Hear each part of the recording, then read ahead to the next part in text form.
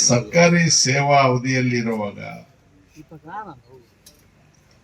ಇದೊಂದು ಜೇನುಗೂಡು. ಒಂಚೂರು ಡಿಸ್ಟರ್ಬ್ ಆದ್ರೂ ಕೂಡ ಹುಡುಗರು ಎದ್ದು ಯಾರನ್ನ ಕಚ್ಚುತ್ತೋ, ಜೇನು ತೆಗೆಯಕ್ ಬಂದವ್ರನ್ನ ಕಚ್ಚುತ್ತೋ, ನೆಕ್ಕದವ್ರನ್ನ ಕಚ್ಚುತ್ತೋ, ಅಥವಾ ದಾರಿಲಿ ಹೋಗೋರ್ನ ಕಚ್ಚುತ್ತೋ ಗೊತ್ತಾಗೋದಿಲ್ಲ. ಈ ಜೇನುಗೂಡಿನಲ್ಲಿ ಸುರಕ್ಷಿತವಾಗಿ ಹೊರಗೆ ಬರೋದೇ ಒಂದು ಸಾಹಸದ ಕೆಲಸ. ನನ್ನ ಆತ್ಮೀಯ ಗೆಳೆಯರಾದ ವೇಣು ಅವರು ಇಷ್ಟು ದೀರ್ಘಕಾಲ ಸರ್ಕಾರಿ ಸೇವೆಯಲ್ಲಿ ಗೌರವದಿಂದ ನಡ್ಕೊಂಡು ಯಾವುದೇ ಕಳಂಕ ಇಲ್ಲದೆ ಬಹಳ ಮರ್ಯಾದೆಯಿಂದ ಕುಟುಂಬ ಪೋಷಣೆ, ಮಕ್ಕಳಿಗೆ ಯೋಗ್ಯ ಶಿಕ್ಷಣ ಸಂಬಂಧ ಒಬ್ಬ ಮರ್ಯಾದಸ್ಥ ಮನುಷ್ಯನಾಗಿ ಬದುಕಿ ತನ್ನ ಸಹೋದ್ಯೋಗಿಗಳ ಮಧ್ಯೆ ಹಿರಿಯರ ಆಶೀರ್ವಾದ, ಇಲಾಖೆಯಲ್ಲಿದ್ದಂಥ ಸುಪೀರಿಯರ್ ಆಫೀಸರ್ಸು, ತನ್ನ ಕೈ ಕೆಳಗೆ ಕೆಲಸ ಮಾಡಿದಂತಹ ಜೊತೆಗೆ ಎಲ್ಲರ ಜೊತೆಗೆ ಪ್ರೀತಿ ವಿಶ್ವಾಸದಿಂದ ಇದ್ದು ಇವತ್ತು ಅವರು ಸೇವೆಯಿಂದ ನಿವೃತ್ತಿ ಕೊಡ್ತಾರೆ. ನಾವಿಲ್ಲಿರೋರು ಎಲ್ಲರದು ಒಂದೇ ಕೆಲಸ, ಶುದ್ಧ ಅಂತಃಕರಣದಿಂದ ಅವರ ಖಾಸಗಿ ಜೀವನದಲ್ಲಿ, ನಿವೃತ್ತಿ ಜೀವನದಲ್ಲಿ ಭಗವಂತ ಆಯುಷ್ ಕೊಟ್ಟರಷ್ಟು ದಿವಸ ನೆಮ್ಮದಿಯಿಂದ ಗೌರವವಾಗಿ ಬದುಕೋದಕ್ಕೆ ಆಶೀರ್ವಾದ ಕೊಡಪ್ಪ. ಯಾರ ಮೇಲೂ ಅವಲಂಬಿಸದೆ, ಆಶ್ರಿತನಾಗದೆ ಸ್ವಾಭಿಮಾನದಿಂದ ಬದುಕ್ತಕ್ಕಂಥ ಯೋಗ್ಯತೆಯನ್ನು ಅವ್ರಿಗೆ ಕೊಡುತ್ತೇವ್ರೆ. ಇನ್ನೇನು ಕೋಟಿಗಟ್ಟಲೆ ಇದ್ರೆ ತಗೊಂಡೋಗೋದಿಲ್ಲ. ಪ್ರೈಮ್ ಮಿನಿಸ್ಟರ್, ಚೀಫ್ ಮಿನಿಸ್ಟರ್, ರಾಷ್ಟ್ರಪತಿ ಆದರೆ ಮನೇಲೆ ಏನು ಇಟ್ಕೊಳ್ಳೋದಿಲ್ಲ. ಎಲ್ಲರದು ಒಂದೇ ದಾರಿನ ಹೊರಟ ಮೇಲೆ ಹೋದ ನಂತರ ಉಳಿಯೋದು ಕೀರ್ತಿ ಅಪಕೀರ್ತಿ ಅಲ್ಲದೆ.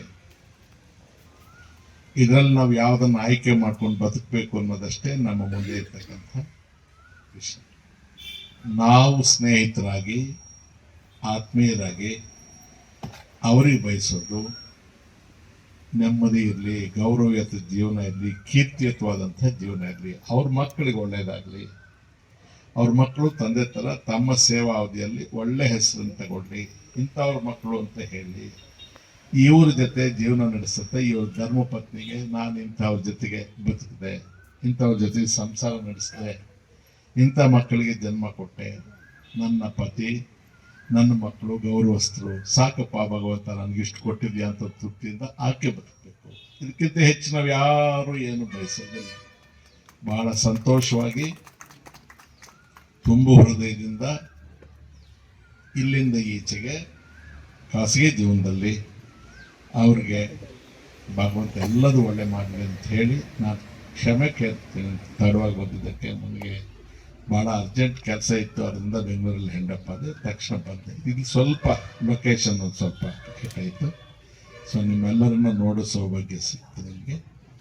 ನೀವು ಇಲಾಖೆಯವರು, ಹಿರಿಯ ಅಧಿಕಾರಿಗಳು, ಅಸಿಸ್ಟೆಂಟ್ ಡೈರೆಕ್ಟರ್ ಅವರು, ಕಲೀಗ್ಸು, ನಾವು ಬೋರ್ಡಲ್ಲಿದ್ದಂಥವರು ಎಲ್ಲರೂ ಕೂಡ ಅವರನ್ನು ಇಷ್ಟು ದಿವಸ ಎಷ್ಟು ಪ್ರೀತಿಯಿಂದ ನಡೆಸ್ಕೊಂಡಿದ್ದೀರಿ, ಗೌರವದಿಂದ ಬೀಳ್ಕೊಡ್ತಾ ಇದ್ದೀರಿ. ನಿಮಗೂ ಕೂಡ ನಾವು ಧನ್ಯವಾದ ಹೇಳಲೇಬೇಕು.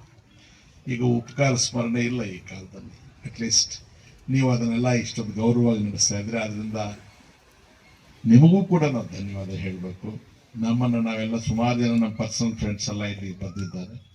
ರಾಜಕೀಯಕ್ಕೂ ಇದಕ್ಕೂ ಸಂಬಂಧ ಇಲ್ಲ, ರಾಜಕಾರಣಿಯಾಗಿ ಇಲ್ಲಿಗೆ ಬಂದಿಲ್ಲ.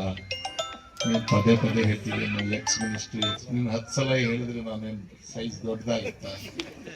ಅದು ಯಾವತ್ತೂ ಇತ್ತು, ಕೂದ್ರು ಹೋಯ್ತು. ನಾನು ರಮೇಶ್ ಕುಮಾರ್ ಅಷ್ಟೇ, ಸ್ಪೀಕರ್ ಅಲ್ಲ, ಎಕ್ಸ್ ಮಿನಿಸ್ಟರ್.